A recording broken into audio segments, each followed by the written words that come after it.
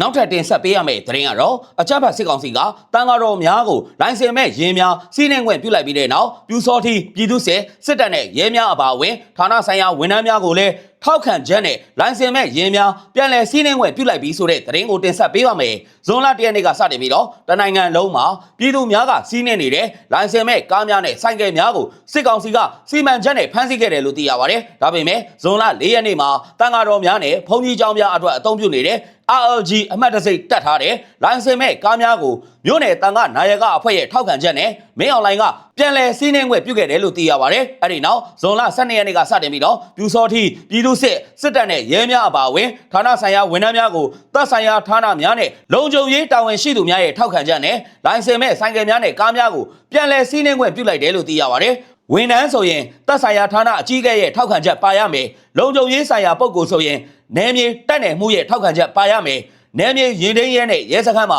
စည်ရင်းသွင်းအကြောင်းကြားထားရမယ်ဆိုရင်စီးနှင်းလို့ရပါပြီ။သက်ဆိုင်တဲ့တိုင်းနဲ့ပြည်နယ်မြို့နယ်အတွင်းမှာဝစ်တောက်ပေမဲ့ဌာနဆိုင်ရာလုပ်ငန်းအတွက်စီးနှင်းခွင့်ပြန်ရကြပါတယ်။နေကြော်လို့တော့မရဘူးပေါ့စီးနှင်းတဲ့အချိန်မှာတာဝန်ချိန်အတွက်စီးနှင်းတာမျိုးပဲခွင့်ပြုတာလို့ပဲခူးတိုင်းထွေးအုပ်နဲ့နီးစပ်တဲ့သတင်းရင်းမြစ်ကပြောပြထားပါတယ်။ဌာနဆိုင်ရာများကိုထောက်ခံချက်နဲ့လိုင်စင်မဲ့ရင်းများပြန်လည်စီးနှင်းခွင့်ပြုရမှာအဓိကအဖြစ်ဆိုင်ကယ်များကိုပြန်လည်ခွင့်ပြုပေးနေခြင်းဖြစ်ပြီးတော့ရခင်ရှိရင်းဆွဲလိုင်စင်မဲ့ကားနဲ့ရင်းများကိုဌာနဆိုင်ရာလုပ်ငန်းတာဝန်များအတွက်ဦးစားပေးချွင်းချက်အနေနဲ့ပြန်လည်ခွင့်ပြုပေးခြင်းဖြစ်တယ်လို့သိရပါတယ်။သို့တော်လည်းပြည်သူများကိုတော့လိုင်စင်မဲ့ရင်းနဲ့ကားစီးနှင်းမှုများကိုဆက်လက်ပြီးတော့ဖမ်းဆီးနေစေဖြစ်ပြီးထောင်ဒဏ်နဲ့ငွေဒဏ်များချမှတ်ကလိုင်စင်မဲ့ကားနဲ့ရင်းများကိုလည်းသိမ်းဆည်းနေတယ်လို့သိရပါတယ်။မင်းအောင်လှိုင်ရဲ့အမိန့်ညွှန်ကြားချက်ကြောင့်နိုင်ငံတော်ဝန်လုံးမှာလိုင်စင်မဲ့ကားနဲ့ရင်းများဖမ်းဆီးမှုကိုအကြောင်းပြုပြီးတော့စစ်တပ်ရဲအပါဝင်ဌာနပေါင်းစုံကပြည်သူများထံကနေပြီးတော့ငွေညစ်တောင်းယူမှုများအကြီးအကျယ်ဖြစ်ပေါ်လျက်ရှိတယ်လို့စုံစမ်းသိရှိရပါတယ်။မေလ20ရက်နေ့နေပြည်တော်မှာပြုလုပ်ခဲ့တဲ့